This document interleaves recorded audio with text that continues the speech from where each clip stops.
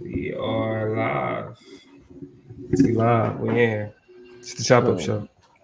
How come I ain't start looking for my glasses until you start saying we live? Cause you're one of those last minute behind it Negroes. Because you know that's how you gotta talk within the first couple minutes. You gotta talk like that. Watch your mouth, sir. Yes. Even that was a little bit of Even that was a little razzle dazzle. Right. What's going on, y'all up in here? Y'all coming in, y'all know what to do. What's good. Don't be rude. Make sure you speak. Let us know you in this thing. So of course, tell us where you from. Hit that love, hit that like, especially if you family. If you already know how we get down, go ahead and show us some love real quick. I know we're gonna have a great conversation tonight. A lot is happening on the Supreme Court front. And so we got to get into that and see how things are evolving. But also, as y'all see, we are doing our not the Partridge Family. We're on our Brady Bunch right now with our boxes stacked up. So we got somebody special up in here we want to talk about too. Here's a story of a special lady. You know what I'm saying? Well, we gonna do all that fun stuff and get in here. What's up to y'all? What's happening, Baby Yoku, Levon, Danielle? What's going on, Daryl? What's popping? What up? Tommy, Joel, what's going on? Big love to y'all. Nikki and Brandon, what's good? We got Ontario in the building. We got NYC in the building. We got Shreveport, Louisiana in the building. Shreveport in the building. You know Indianapolis, Boston. Indy. Yeah, shout out to y'all. Y'all just got that boy, man, Ryan. Indianapolis. Kaylee, happy Thursday to you. Happy Thursday. We in here. Very interesting dialogue today. Dina in here. They will. Let me finish my little what's up real quick. Well, I started kind of early. Vanita, Trisha, what's up, y'all? The SNAPCHOP gonna be a little spicy today. It's gonna be quick. It's gonna be spicy. Jackson, Mississippi in here. Shannon, what's up? Tennessee, from love. Duval, Wisconsin. It's gonna be spicy. Duval. Shout out to Texas, man. Shout to the whole state. I see my city in the chat. What's up, Kansas City? What's going on? You know, hey, Atlanta, Long Beach, Milwaukee. Yeah, LBC. What's up? You know what I'm saying? I miss y'all. You don't even live down there no more, bro. You Hey, shout out to Danielle. You know what I'm saying? Shout out to the cooks down there in Bryan, my hometown, Bryan. Shout out to the whole west side of Bryan. You feel me? Specifically my hood. You know. With that being said, man, we got all y'all in here. We'll go ahead, start the show the way that we always start the show. Let's go ahead and get that in the city, we gon' slide, bet I be there pronto. Me, my guys, we really live. Lord forgive me, pay my tithes. Please don't have me reach inside, and that's in the console. Keep the semi when I ride, lit off Henny when I drive. In the city, we gon' slide, bet I be there pronto. It's Thursday night, and make no mistake, you are in the right place to be. This is the Chop Up Show. What's going on with you? It is your girl, Toya D. Excited to be with y'all for another night. You know where to follow me at right there on that side of the screen at the bottom.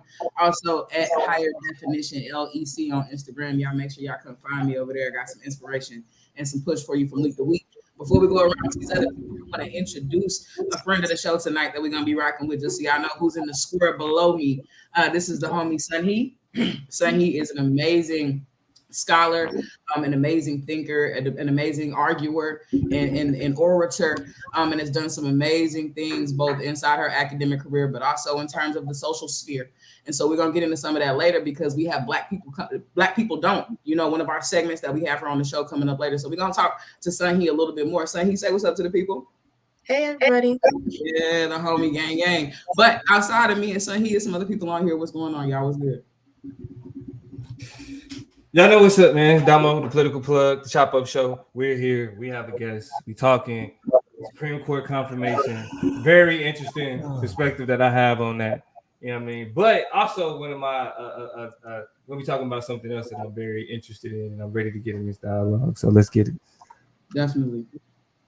Yeah, man. George Lee, aka Countess Lee. Don't forget the Lee. Shout out to y'all in the comment section, man. Y'all keeping it groovy like an Austin Pop movement, entertaining as well. Yeah, I look a little sleepy. I'm tired. You know what I'm saying? I got to bounce back in the morning. We good. But listen, no. Somebody said trans women should just start their own league. You wouldn't support them either. That's my response to that. Like, you wouldn't respond. You don't support women's sports. You feel me? At all. So creating trans women league, you wouldn't support them either. So it's just like, they don't want to talk about it. We ain't gonna go down a rabbit hole in this particular show because it's already late. But trust me, at the appointed time, we're gonna get into this whole trans athlete controversy because we know it's a sticking point for a lot of people, even a lot of people who maybe typically agree with us. Typically, it's a touchy subject for a lot of folks when we start pulling back the layers, is what I'm seeing. So we'll get there one night. It just won't be two nights. But shout out to y'all. And Lee just dropped the mic. He said y'all wouldn't support them neither. You know, that's a word. We got everybody in here. Y'all already know. George, before we move on, tell the people. You said you got to get out of here. What you doing? Yeah, man. Hey, yeah, this weekend, shout out to everybody in Tampa Bay, Florida. I'll be in Tampa Bay for the Tampa Bay Pride. Me and the one and only Amar Scott will be having a conversation, you know, about multiple things, being an ally, careers, trans disclosure. We're going to be getting into a lot of different things. You know what I'm saying? It's going to be a great conversation. I know we got a little feedback happening in the mic, so I don't know if y'all can hear it, but I can definitely hear it. So we're kind of working on that and figuring out what's good. We also lost the plug, so we're hoping that he pops back in. But in the meantime, I think we're going to go ahead and jump into this conversation with some heat. I want to rock with her largely because she does a lot of amazing things, and I've seen her grow and evolve from a high school kid, you know what I'm saying, trying to find her stride and really get into her activity, which is debate. We all debaters, you know, we find the debaters are some unique people. But son, he did LD, right? Did Lincoln Douglas debate, which is even more kind of gangster than what me, George Adamo did by yourself.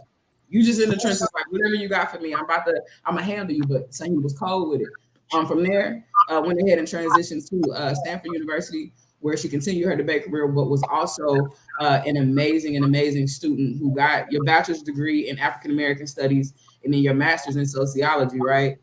And you were saying, now, so I'm gonna teach you her just a little bit more because in the boot camp, I know we still kind of feedback a little bit, so we're gonna work through that. But this is in a boot camp for coding, right? So now you're getting into tech and kind of finding that lane and doing your thing there. So it's a beautiful thing.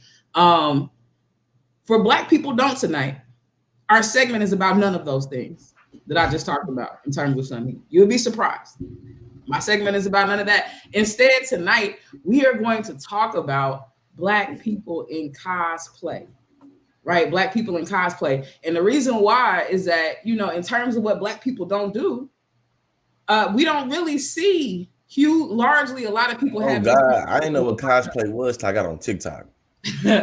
And I mean, I didn't really start to understand what cosplay was or stop and paid enough attention until I saw Megan Thee Stallion start getting into it. You know what I'm saying? So a lot of that is just like, And I think because of that, I have a lot of stereotypical kind of reactions to it, a lot of interesting reactions to it. I think, you know, when we talk about not alternative in terms of marginalized, but alternative Black culture, right? We start getting into a lot of the more intricate, less than mainstream things that Black people do. And so tonight it's all about Sanheed talking about the cosplay world and getting us a little bit more introduced to that. So Sanheed, what's up? Real quick, I want you to take a chance to tell people anything that I might have left out, anything that you think other people should know about you, your interest, your background. Tell us a little bit more about you from your own perspective. Yeah, sure. Also, is the feedback better or? It is. Okay.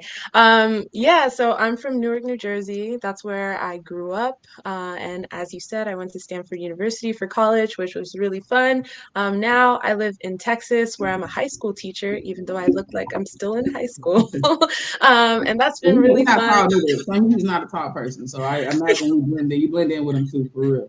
Yeah, definitely. They push it sometimes, but I teach debate there still. So I'm still a debate coach, and I also teach world history to students who don't want to take history. So that's been really cool. And I think that's probably a lot of my identity right now, being a high school teacher. So yeah. Got you. Well, I know I have a couple questions for you. I know the Plug and Consciously have developed some questions, and we'll be tapping into some of the things that you're talking about. But I'm gonna go ahead and get the conversation started by being a little nosy. because a couple weeks ago when I asked you if you wanted to be a part of the show, you were like, how ironic, I'm actually out here getting a costume right now for some cosplay. So if you don't mind, could you talk to us about kind of, I don't know if that's the latest thing you bought or like the latest kind of cosplay thing you really got into, but what was that about when I had hit you up? What did you get? What was it for? Yeah, that's actually a great segue from me being a high school teacher because I was getting that costume to cosplay with my student. So I dressed up as Tanjiro from this anime called Demon Slayer. I highly recommend it. You should definitely watch it. And so they're a big sister or big brother, little sister combo. So I dressed up as the big brother. She dressed up as the little sister because she was in the top 5% of school and they always reward them with a photo shoot. So we decided to do an anime cosplay. Oh, yeah, I'm about to go viral then. Hey, so Yeah, listen so up. they're gonna like frame it and everything. I'm Oh excited. yeah, oh yeah, oh yeah. I'm looking forward to seeing it on social media. But listen up, for the people in the chat and too, I know what it is, but I don't know how to define it. Like, what is cosplay? Yeah, so cosplay isn't just an anime thing. Usually cosplay just has to do with dressing up like a character. So it can be dressing up like a Marvel character, it can be dressing up like any cartoon character that you really like, or as a lot of people see now, dressing up like anime. But usually it's comics and anime that people associate cosplay with. Right, and to be clear, cosplay is costume play, right? Cos is short for costume, right? Right. So I think so. I think we all use our costume, not our costume, but our context clues. And assuming that I think because I'm pretty sure that's kind of what it means. So with cosplay, you did it for your students. Real quick, you shouted out Demon Slayer. So I have this issue a lot, and the plug he's tried. He has attempted to work with me on this, and it wasn't successful. But I want to watch anime. I want to get into it. I don't know if I found what's for me. So is Demon Slayer like an accessible, do you think, type of anime for people to get into if they're not really into anime already? Like, Okay, potentially because it's kind of motivational and you're like, wow, he really goes through a lot. But here's what I always say to people when they start anime. Everyone always wants to recommend the popular ones, but really you should watch things based off of the genres that you already like, right? So if you like rom-coms, watch a rom-com anime. If you like psychological thrillers, watch a psychological thriller. There's so many different types. If you like horror, there's horror ones. Like, don't just watch what everybody else is watching. Watch the things that you actually are interested in, and then you'll probably find your fit, you know? I was talking to, I know somebody we know mutually, Kane, and Kane was telling me, I think that was the first time Kane and then Yehong were two people who I've had separate conversations with about anime, and they blew my mind and telling me that there were so many different genres out there to get into, right? That, like you said, if you like rom-coms, if you like sports, they were like, it's basketball animes. And I was just like, what are you saying to me? I know exactly which one they're talking about too. It's amazing. Wow, right. But okay, so I'm getting the vibes. I'm mind blown a little bit. I'm like, wait. I had to look it up because me, I'm a what? Shout out to Iggy in the chat. Research, I'm a research. It's to fill in context, y'all. The term cosplay was coined in Japan in the year 1984, and it's a very popular thing among all genders. Cosplay costumes actually grew out of costuming conventions created in the first World Science Fiction Convention in 1939. It's a little history for you. As we come here, education is always going to be elevation. So I love the way that Lee is making sure we frame a lot of this stuff so that we getting some knowledge and pulling from it. Because you said 1939? Yep. 1939 is where cosplay costumes grew out of convention, but the term was first coined in 1984 in Japan. Okay, got you. And so we got international vibes here, you know what I'm saying? Which is also interesting because, anytime you see American Black folk really getting into international culture or really finding themselves or something that they can relate to outside of the continent itself and even in the continent, right? Like, I think whenever you have American Black people reaching out beyond the borders and the territories we've been presented as ours and really start to explore the playground of the world, you end up with inspiration and people finding themselves to cosplay. So I think that's dope. So with that, kind of unique international influence, where did the decision to get into cosplay? Like, it's one thing to watch the animes. It's one thing to know that this culture exists. It's one thing, but how did you get to the point where you like, I need a costume. I want to look like that. I'm going to do my makeup. I'm going to do my hair. With a bunch of different color hair, wigs, all types of. So how did you get to the point where you like, I want to do cosplay as opposed to just know about it? Yeah, well, not to go too far back, but I've just been watching anime for a very, very long time. Like it was my childhood. I grew up in a church that was mostly full of Japanese people. Oh, So yeah, so instead of watching like, I don't know, Cat Dog or whatever, I was watching Studio Ghibli films or Pokemon or like Cardcaptor Sakura or whatever. So it's no cat always been a part. dog. Yeah, yeah. So like sometimes when people make reference to those cartoons, I'm like, what are you talking about? So that's what I grew up with. And so once I started having my own money and my own resources, I'm like, why not do things that I'm interested in? And it started essentially for Halloween. So I was like, instead of dressing up like something regular, not to diss anyone's Halloween costumes, but I was like, let me actually dress up like the characters that I really love. And I think it started after I graduated from college because ironically, to get into Stanford, I gave up anime because I was obsessed. So I got into anime after I graduated. And since I was still in that, like, oh, I'm back, I decided to dress up as Todoroki, which is the picture we were talking about before. But yeah. Oh, you're muted. Whoops, I'm back. When you say you were obsessed with it and you had to give it up, like what do you mean when you say obsessed with it? Like just watching it all day and night, the culture of it, like yeah, kind of just like watching a lot of TV, but like watching a lot of anime, and I'm like, I need to study, so I needed to give it up, you know. Got you. So what was the hold on? What was the first time? When the first time you did anime? I mean, you did or watched it? No, first time you did cosplay. Oh, cosplay. That would probably be, I think, right after I graduated. So like Halloween of 2019. That was the first time I did it. And so where you said Halloween of 2015? 2019. 2019. And so were you nervous? Like what was because to me, like it's very, Halloween, I guess is the time for you to be more vulnerable, for you to be like, I'm just gonna kind of shoot this shot and get out there with it. But was there an emotional investment? You just like, I'm gonna try this out? Like there was definitely an emotional investment, but also it's the Leo rising in me. I was ready to have a photo shoot. I was ready to do everything because I was like, I know this costume is about to be amazing. Yeah.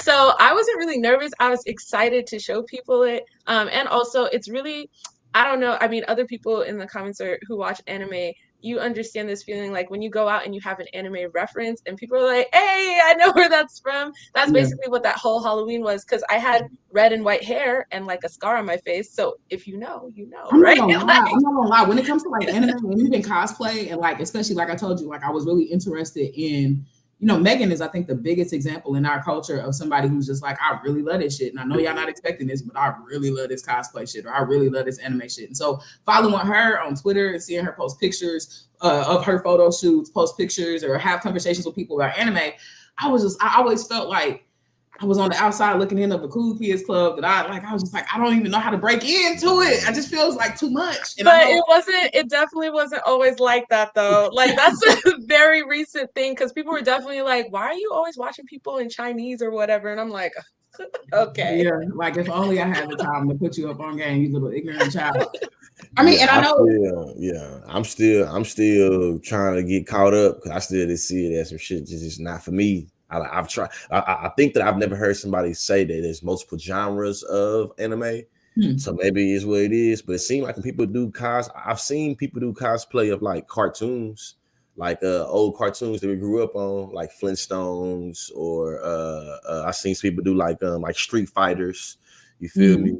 I you know what I'm saying, seen it, but it's just like. For those of y'all listening and not watching, George just raised his eyebrow very skeptically, very suspiciously. I don't know how to read that play when he sees people. I don't know what's going on. I mean, and I think too, it's important because when I think of cosplay, I do automatically think of anime characters or think of, you know what I'm saying, that particular genre of it. But it's so much bigger than that. It's expansive of that. It's people who are just like, I like to transform myself into being the closest likeness to this character as possible. So it's dope.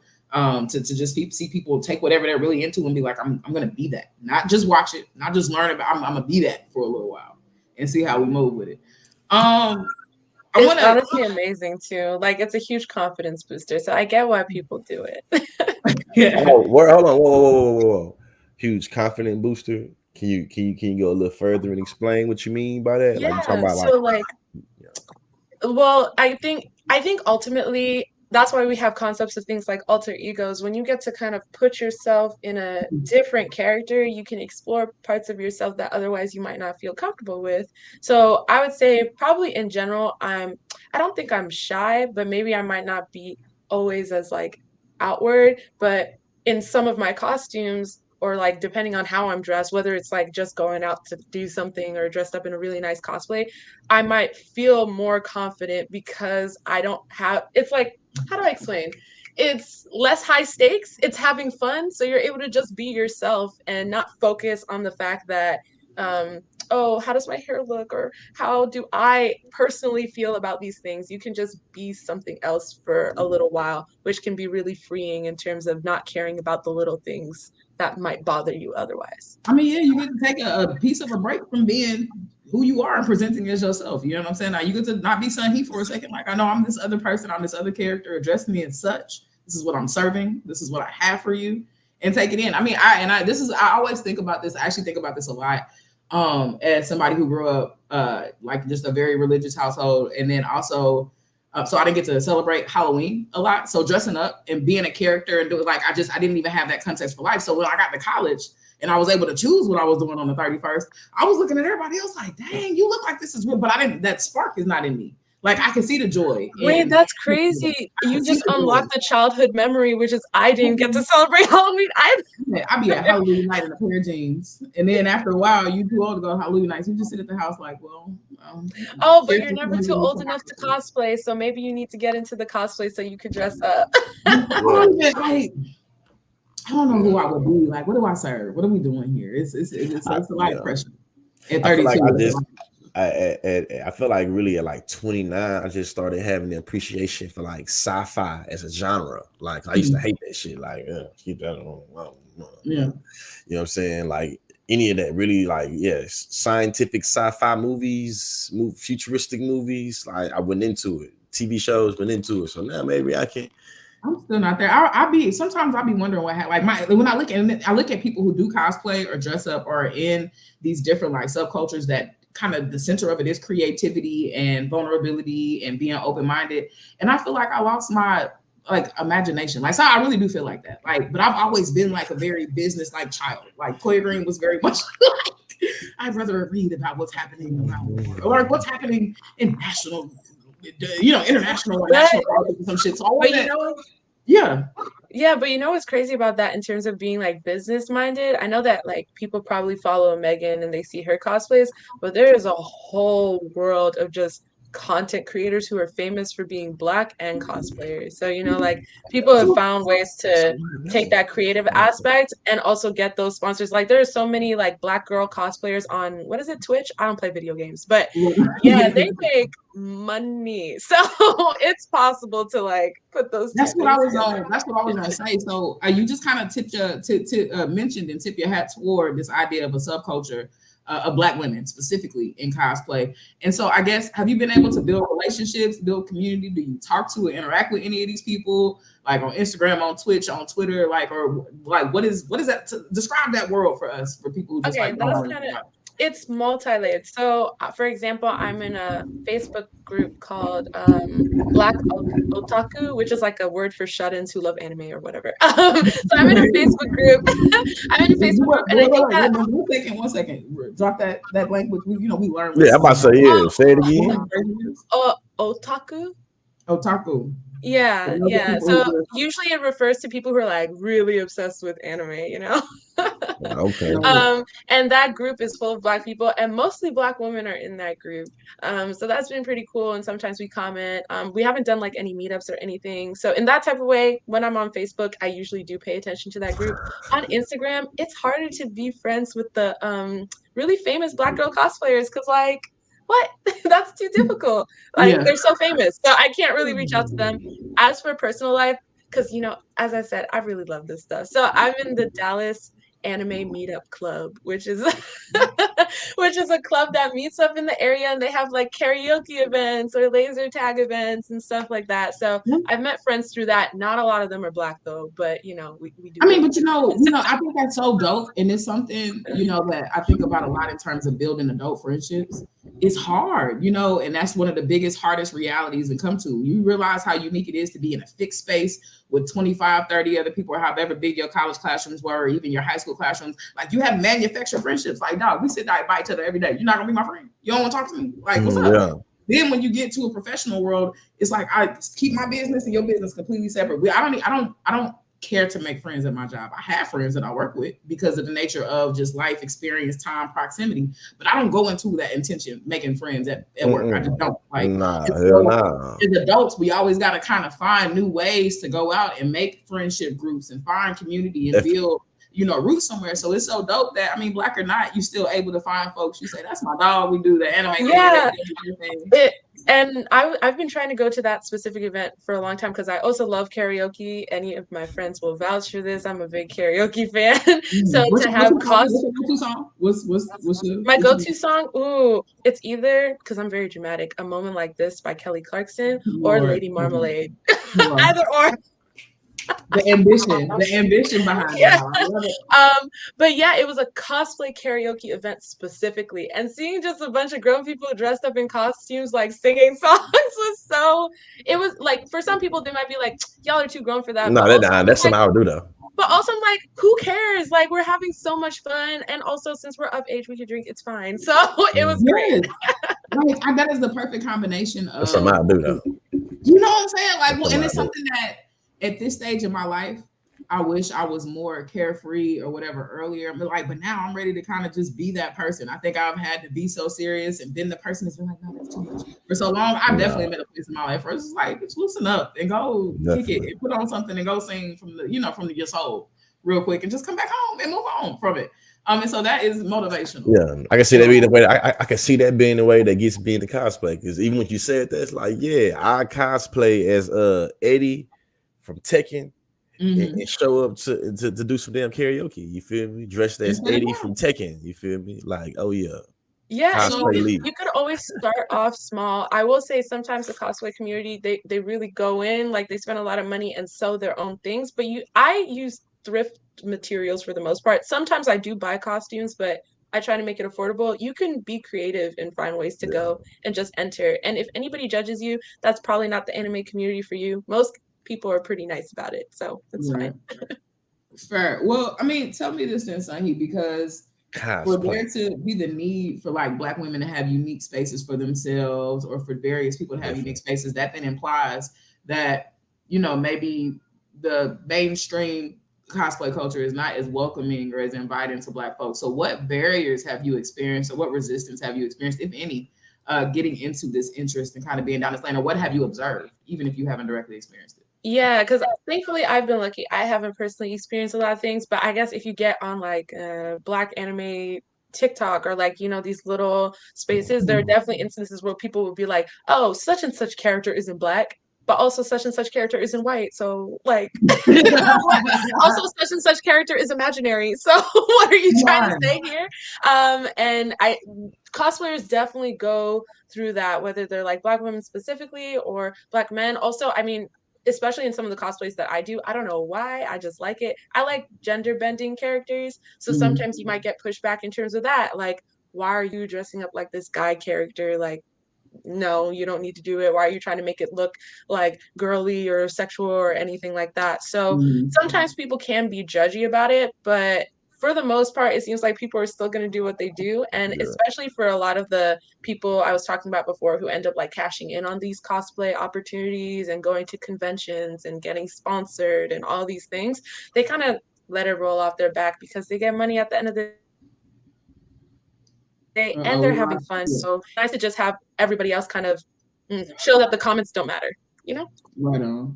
Right on. I mean, and we feel free to kind of jump in and job in here. I think I know from TikTok, from just hop on that. I know I've learned a lot about the, I guess, discrimination that happens in, I guess, the cosplay community. But for me being on TikTok, I know that most communities be like most of the world, fat phobic, transphobic, anti-Black, colorist, whatever. You see what I'm saying? So I know a lot of the content that's been viral from Black content creators that have bigger followings in cosplay Because sometimes you can be on the cosplay side of TikTok and your cosplay content that made it outside of cosplay TikTok. That's the shit that I done seen where it's like some random black girl got, you feel me, they got a big following in cosplay.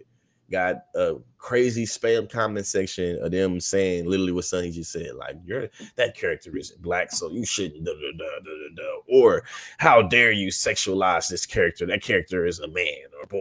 It's just like, you know. Yeah, and not to get all philosophical, but it really shows what people's default in terms of imagination is, because it's like in your imagination you can't imagine something that's not white and straight and skinny and what, like it's literally imagination and you cannot expand, which probably speaks more to them as opposed to you as a cosplayer. And I think once you start recognizing that, then But I mean, it's the same. okay. It's the same intellectual shortcoming, is what I guess call it in this moment, that then triggers people to do blackface because they can't fathom the idea of taking a black character and presenting them without being actually black. Like, why the smoothness on your brain is concerning for me, because there is not a reason why you can't be these characters in likeness in so many other ways. Work on your voice, work on your accent, get your outfit together, but you don't have to be black.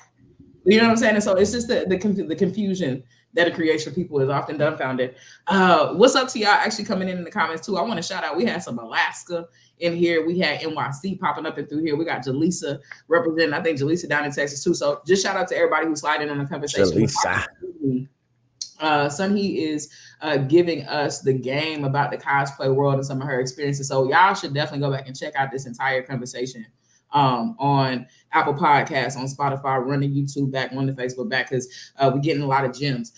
Just kind of, I want to go back to and think about further what we were just talking about in terms of the frustration that a lot of people have in seeing characters that are different races, sexes, genders, body types, from representing certain cosplay characters. Because I think that is what also, we have these same conversations in mainstream art and media when various characters are trying to remake something or redo something, and this princess can't be black, or this particular character was always, and it's just always so frustrating because you see a lot of talents of our time in terms of art miss great opportunities because they get criticized for you not being the race or being whatever version of. You don't fit the origination. And I just in a time where we already lack so much creativity. Like, we've had conversations here on the Chop Up Show, probably I think a year or two ago now, about just the lack of creativity in our culture. Everybody got to make a sequel or a third or a fourth or a fifth. And it's like, or a reboot.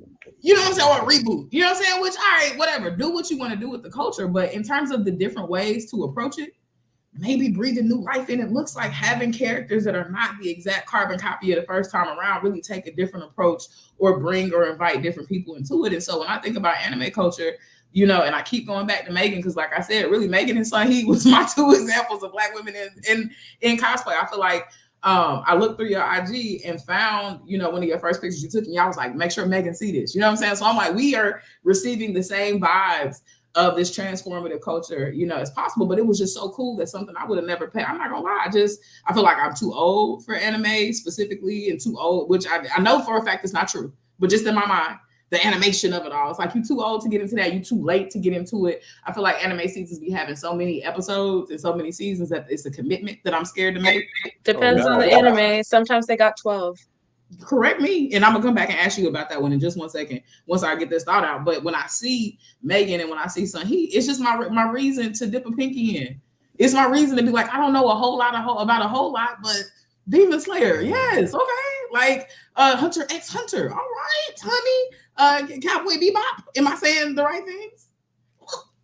It's because of y'all. It's because, you know what I'm saying? Like, y'all have given me some type of anchor and some type of hook to kind of pull in and get into it. What. I say whatever Meg had made a reference in a sushi. She made a reference. You're talking about her Sasuke lyric? Sasuke lyric. Sasuke. Yeah. I mean, I feel ignorant talking about it. So if I sound ignorant, I feel it too. Don't worry about it. I mean, but this is why Sunhee is here, to bring us a little bit closer. There's this assumption that Black people is all walking around with the same form of reference with anime, and I think she's doing a great job of proving that's not true. So let's go back to these 12, because we got to round it out a little bit. definitely have had some great insightful comments and opened up our exposure to a whole lot more of what's possible. But one of my closing questions for you is drop these 12 episode series that we need to be knowing about. Like if I want to get into it, maybe I want to anime, but I don't have any inspiration. Where can I start watching? Okay, so I can't remember the literal number of episodes, but I can remember kind of shorter ones because Hunter x Hunter is very long, so maybe don't watch that. Okay. But for example, Titan, that's my other one that I heard of. Which one? Attack on Titan. I'm just that is also a little longer. Right now it's 86 episodes. It's almost done, but it's very good. But so in terms of shorter anime, and maybe I'll go across genres to maybe help out a little bit. So I was just talking to a friend about a philosophical one and also what's called slice of life anime. So instead of it being just fictional, it has to do with people's just like daily lives. So think of like a regular drama that you would watch on TV. There's anime like that. So I was talking about this anime called Violet Evergarden. If you want to cry a little bit, maybe that might be the anime for you. It's about it's about a girl who grew up as a soldier and didn't really learn a lot of emotions, and one of her dying friends says I love you as they die, and she wants to figure out what I love you means. That's what the entire show is about. Right?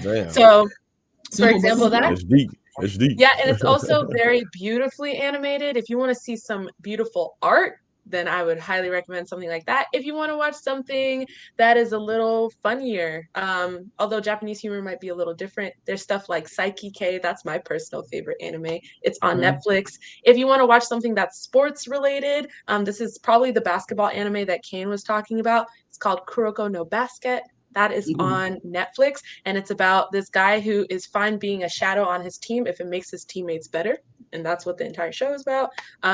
What other things are short? Being a shadow on the team as long as it makes his teammates better. Yeah, so he's about being a shadow to his teammates who are the actual light. So he's known as a phantom man, you know? And it's like a really cool anime because in sports animes, usually everyone's like, I want to be the best, but he's like, I want us to be the best, which is a very interesting concept. So there's a lot of different things. And if you want to do fantasy, usually the fantasy ones are a little longer, but if you want to watch, like dip your toes in it, probably something like Demon Slayer is fine, because there's only one season right now, and it's also very beautifully animated. So those are just a couple of different references. Yeah, the plot behind Demon Slayer. Oh yeah, the plot behind Demon Slayer is that this is a fantasy one. This is a world where demons are running rampant and they're killing humans. Unfortunately, this boy comes home to his family murdered, except for his sister, who's been turned into a demon, and he's trying to turn her back into a human. So that's what the entire series is about. Gotcha. Okay. What's the philosophical one? Oh, another philosophical. Look, there's a lot of philosophical ones. Those are my favorite types. That's what I can maybe get to me. I'm gonna have to say either. Someone put it. Full Metal Alchemist Brotherhood, top tier, amazing. It is finished. It is beautiful. It's my favorite anime ever. But there's also this thing called Death Note. For Full Metal Alchemist, think of alchemy, changing things and converting things. That anime is about these boys who went too far and tried to bring their mother back to life, and now they have to atone for that mistake, because it violates the principles of nature, and you just can't do things like that. So it follows their story. As for Death Note, it's about this high schooler who finds a notebook that belongs to demons. If you write someone's name in it, they die. So since he finds this notebook, he has a choice. Is he going to act like God or be reasonable about it? And he decides to be a little unreasonable about it. So that's what that one follows. Shout out to LaShawn Pace, rest in peace. If y'all know about her, she a gospel icon. She said the angels in heaven had signed my name. I don't need nobody else signing my name on that. Yeah, Jesus, I want the angels. Signing my name. Don't put me down nowhere and I pop up dead. Y'all do not want to wake up dead. It's a lot. It's pressure.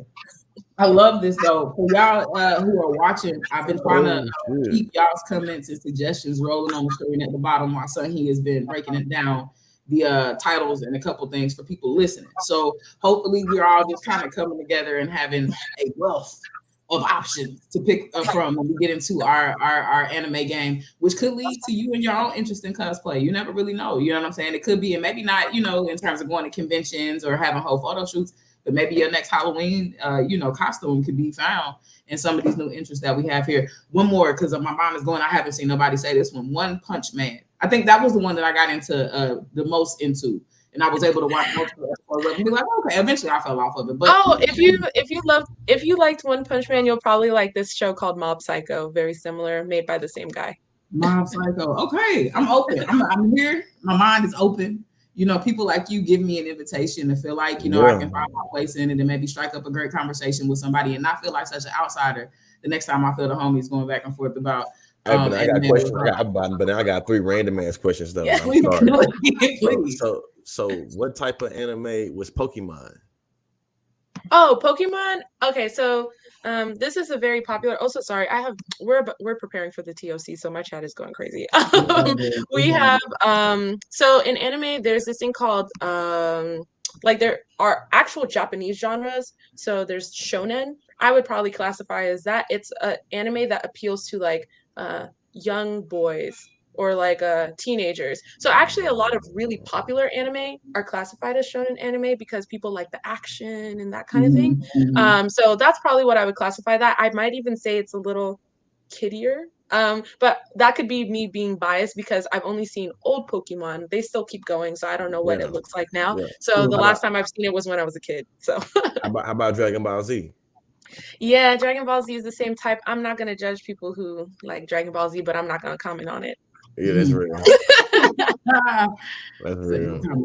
No words for it.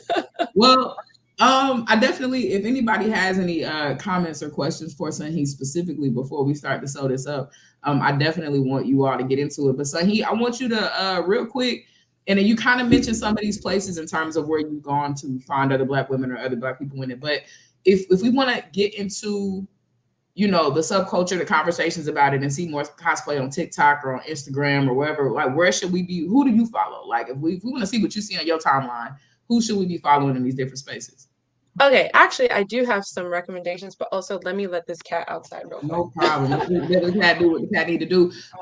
We are briefly, after we finish talking about this, going to kind of allude to some of the things happening in the Ketanji Brown Jackson trial. We're not going to spend a lot of time having this conversation, but I know the plug did want to talk about it for a bit, and it's been a lot going on with that. So just to let y'all know for a second, after we get into talking about this anime, or not this cosplay conversation, rather, we're going to dovetail into that and call it good. But Sunhee is back, so drop your recs. So if there was probably... So where I get my anime recs from is from this YouTube channel. It's called VinnyTube. It's I forget how it's spelled though. VinnyTube. Yeah, like his name is Vinny or something. I don't know. But he has some great recommendations. And the reason that I follow this YouTube though is because he oh my goodness, this cat is so distracting. He actually shows the videos so you can see what this anime is like before you end up watching it, which seems like a little that might be a better introduction to people, so that way you have an idea of what you're looking at, and he shows you the plot points and everything. Otherwise, I would probably say you can literally look up Black cosplay on Google or Twitter or TikTok or Instagram, and you will find them. I promise you. You will find them, and you can really branch out from there, see who people are following, and go from there. I know like one person that comes to mind, I think her name is Cutie Pie Senpai or something like that. She's so cute and so fine. But yes, you should follow her if anything. But yeah, there's a lot of awesome Black cosplayers out there doing stuff. If my account was public, I would say follow me, but no. Oh, you're muted. I'm muted. What I was gonna say is, being a teacher, you definitely got to be, especially in high school, a little bit more protective over how people are finding and getting to you, because that means the kids it's messy. It's a messy world. So some people ask like, where can we find you? And Sunhee is unlocatable right now. However, I think if it's okay, Sunhee, and if you have, I know you said you did a photo shoot, I want to make sure we post some pictures that you really like of some cosplay experiences that you had, when we remind people where they can go back and listen to the rest of this episode or go catch up with it. So we're gonna make sure, y'all, this is a good time. If y'all not following our Instagram, get your life. Go to the Chop Up Show at the Chop Up Show. Get there. At the Chop Up Show. And make sure you're following us on Instagram so that you can go back and run back some of this conversation with Sunhee if you need to. If you can see some of her cosplay in action, I'm trying to stay tapped in. We're gonna make sure that you have some of that business.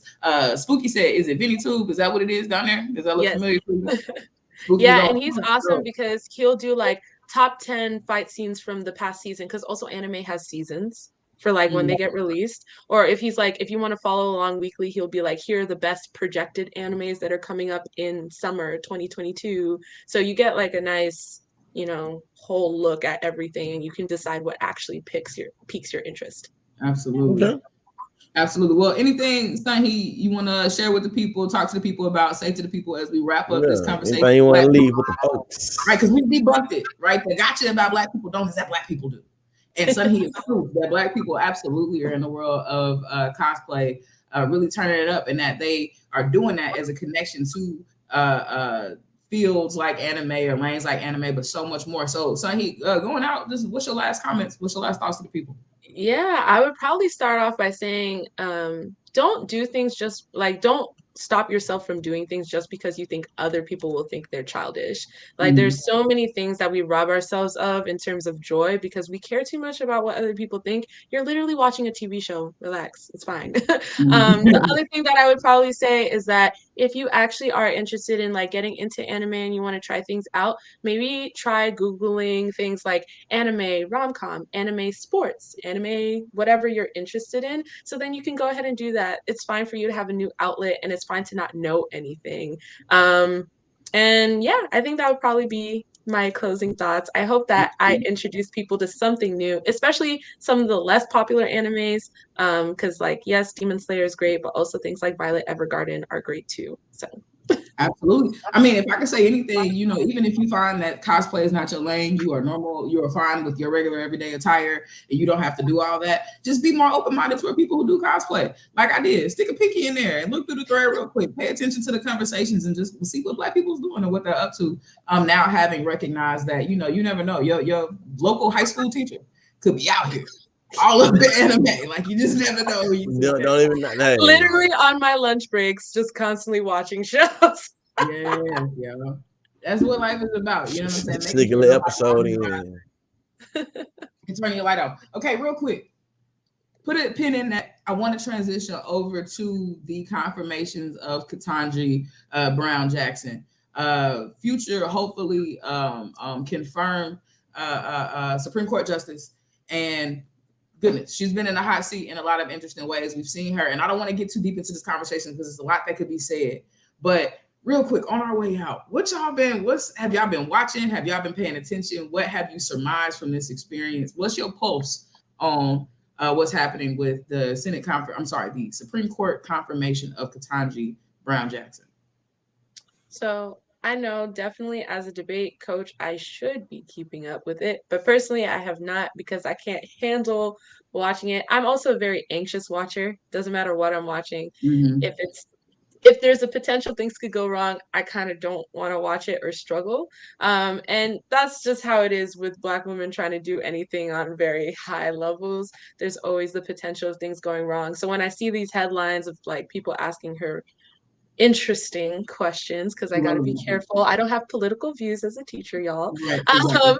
Interesting questions, that kind of makes me feel like I don't want to see that in real time. I rather just see the memes and maybe chuckle about it and move about my day. But I've also been seeing some really beautiful things as well, like that great picture of her and her daughter.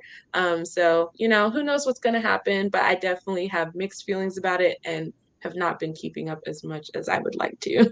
Real quickly before you go, the views and perspectives expressed on the Chop Up Show on this episode and others do not reflect what Sunhee feels personally. So don't be trying to attach nothing that we talk about here with nothing Sunhee got going on. That's a lie. And she's just here for this time to talk about cosplay. She's not accountable for any of the other things we've ever talked about on the Chop Up Show. Ever. Definitely. For me, I watched yesterday. I watched about probably an hour and a half. I feel like I watched about an hour and a half, maybe a bit. It was very interesting. It's funny that the same people that say critical race theory not needed and victimization is bad and all this shit about snowflakes is melting down about anti-racist baby books and asking her about if she could I seen live. This man asked us, so do you think you could judge fairly a Catholic? It was like, fam, so you playing victim? You playing victims? You come on now. And just seeing like on social media, a lot of the like conservative content creators are using their old crazy dog whistles. You know what I'm saying? Be mindful who we be. You know what I'm saying? I ain't gonna say what I want to say. They're using particular dog whistles to denigrate how qualified she is. So there are multiple people that say that she only got the nominee because she is black and because she is woman. And it's just funny because it's like, hey, she has more accolades and experience than all of the sitting judges right now. You feel me? So to me, in closing, it's like you see that the goalpost and the ruler and how we measure what it means for a black woman to get to a space and place is always, to me, trivialized on some nonsense, some shenanigans. Like, oh. And then, by the way, I called you the plug because I always conflate y'all's names, but you are absolutely consciously. I'm sorry for that. Yeah. I ain't even. I'm so tired. I ain't even getting this. Like, I definitely heard it, but you know what? I know who you're talking to. You're talking to me. I'm talking to you, black man. I think, you know, my kind of take on it is similar to y'all in the sense that I haven't been overwhelmingly invested in it. However, I have caught things. I was in the car on the way to the gym and on the way back because, you know, these confirmations are all day long. So I caught what has been highly criticized now and publicized with Ted Cruz in his attempt to berate her on the stand about the anti-racist baby book, which, by the way, is now a bestseller. I think him talking shit about the book and asking her questions about a book she ain't had nothing to do with writing or publishing from Ibrahim X. Kendi is now like a New York or like a Google or Amazon bestseller. Amazon number one on Amazon right now. Because I already had my copy. He sat there and asked all them dumbass questions about this anti-racist baby book. That's what I think it was called, anti-racist baby. He said, are babies racist? And it was like, the look on her face was like, I didn't write that book. Wait, I've never studied. That's funny that you mentioned that because I was talking to my students about it and I was like, I don't know if I could have sat through that type of questioning because it shows up on my face. So if I heard a question like that, I'd be like, I would have to laugh. I don't know. Like, what are you talking about? And I think, I mean, she, you know, he had tried to drive it home by leaning on the fact that she's on like some private school, by the way, which is not the public education that you're trying to go after. He would probably support private school education. His kids probably get private school education. So she's on the board of a private school, but she's like, even still, if that's on the suggested reading list, or if any of these books that you're talking about with CRT are on their suggested reading list, as a board member, I am not connected with what's in their curriculum. I handle questions about funding. I make sure that, you know, the lines and the rules and the obligations that we have are in alignment with the Board of Education. Like, I don't know what board members do, but it ain't that. She was like, I don't do that. So what are we even really talking about here? And so literally CRT is not involved. She said, I haven't studied it, and that hasn't come up at me. You have to do my job. And it was like, bam. And then the other thing was like, so hold on, y'all really trying to press her buttons, trying to get her to go off.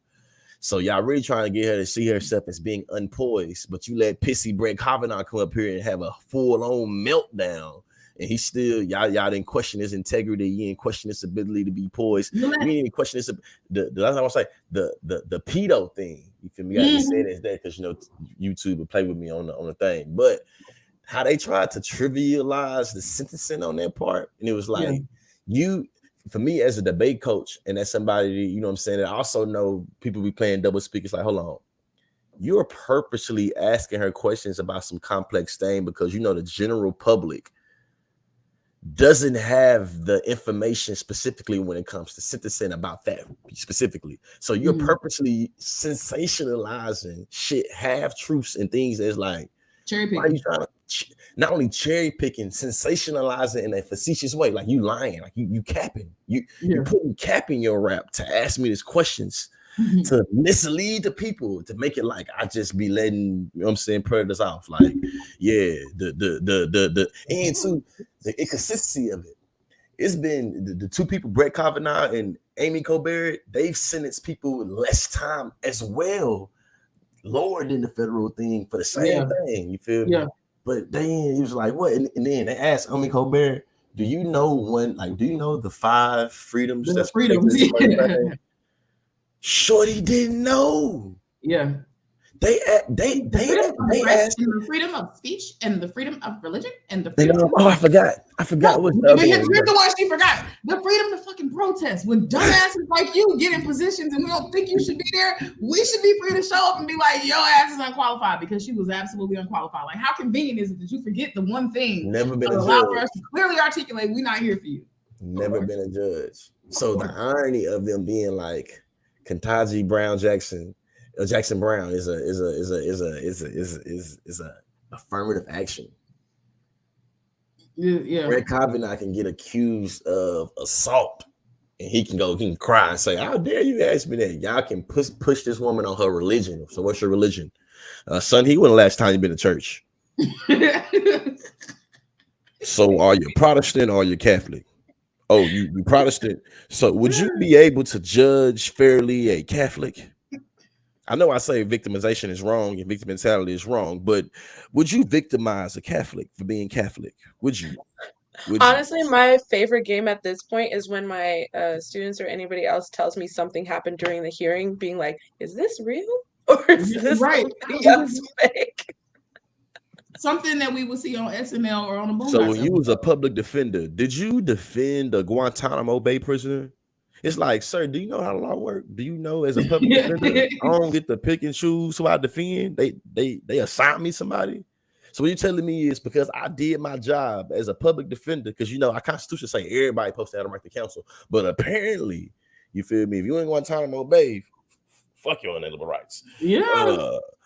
And what's crazy too is Amy. And by the way, I think I giggle every time you say Amy Colbert, because it's like you almost gave her Stephen Colbert's name, and you because it's just Amy Colbert, man. This lady name is Amy Colbert. But the thing about her is I hate that we are questioning and cherry picking the shit out of Ketanji Brown Jackson's record when Amy Coney Barrett wasn't even a judge. She ain't got no record to ask questions about. We can't even figure out to get a post on the direction of your decision making skills because you didn't even do that job. But you wanted to hire one of the highest judges in the land. Like the math never maths. This is why I'm not surprised, and I'll close it out and round it out here because I want y'all to pay attention. We've been watching a lot of the memes of her different facial expressions and how she's been grilled and how she's been treated. But I think the thing that speaks the most volumes is Senator Mitch fucking McConnell.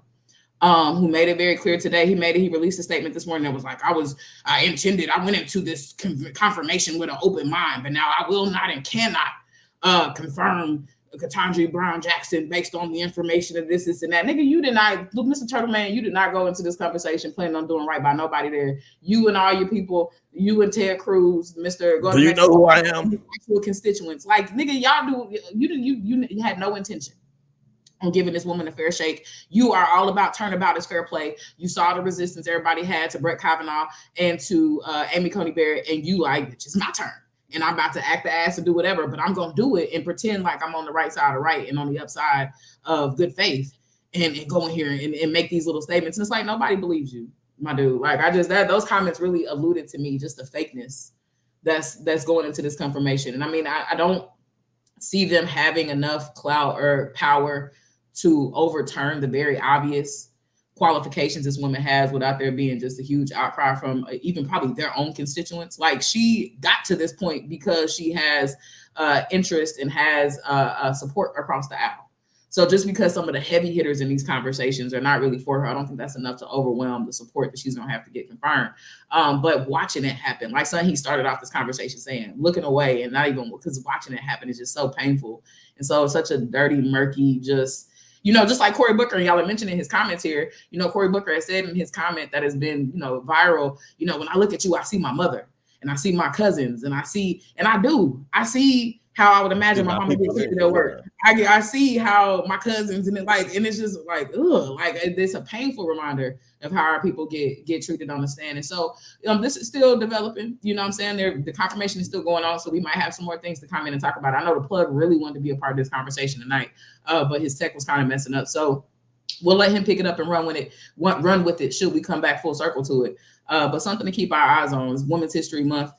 We, always talking about Black women. Here on the Chapo Show, we have a nuanced understanding of things like representational politics and what it means to have a Black woman on the Supreme Court, because it ain't all easy peasy. We just not gonna get into all of that right now. There are still questions and conversations we have to have about you being a fixture of the USFG and the government that has a lot of baggage to it. But we're not gonna get into that baggage right now. Instead, we're just gonna acknowledge the fact that this Black woman is making some strides, that she is prevailing over heavy and intense criticism, and it's something to see as we watch this thing unfold.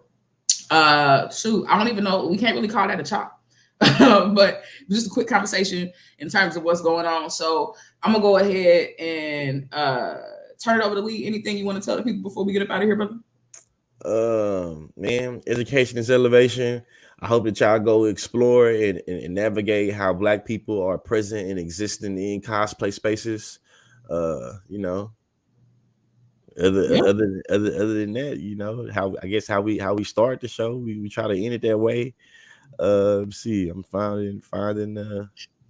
He ain't got his glasses on, y'all. You gotta give him a moment. He's looking hard. And so listen, if I pick the wrong one, I'm gonna play another one. Me, my guys, we really live. Lord, forgive me, pay my tithes. Please don't have me reach inside, and that's in the console.